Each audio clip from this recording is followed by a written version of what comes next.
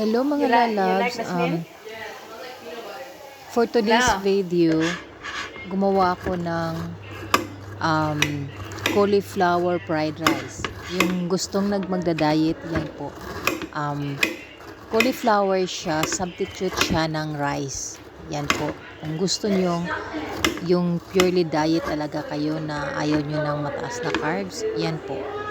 Yan po yung kung ayaw nyong kumain ng kanin, pwede siyang substitute ng kanin. Ayan. Kinakaat ko ng pino, tapos hanggang sa yung sobrang hindi ko siya ginamitan ng blender kasi pag gamitan ko siya ng blender, yung lalabas yung medyo moist niya. So, maging soft yung cauliflower.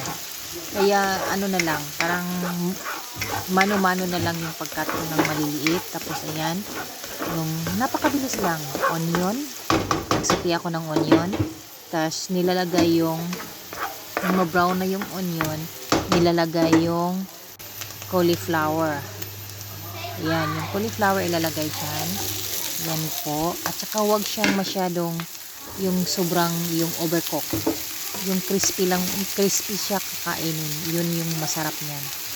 Tapos hanggang sa lagyan siya ng salt, pepper. Yan, nilagyan ko din ng carrots para medyo hindi naman masyadong maputla.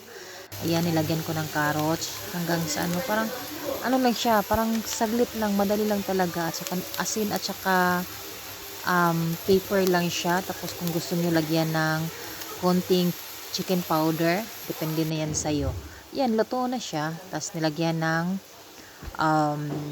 parsley sa ibabaw kasi ayaw ko ng kasi cauliflower siya. So, parsley ang nilagay ko instead of cilantro. Yan na po, ready na siya. Pwede na siyang kainin. Yan po naman ay kakainin ng mag-asawang amo ko kasi purely diet sila. Gusto nila ng hindi heavy at saka yung carbo nila, carbohydrates nila medyo lower. Kaya yan.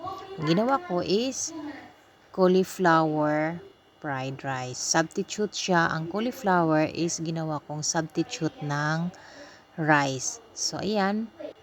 Cauliflower fried rice. Ayan.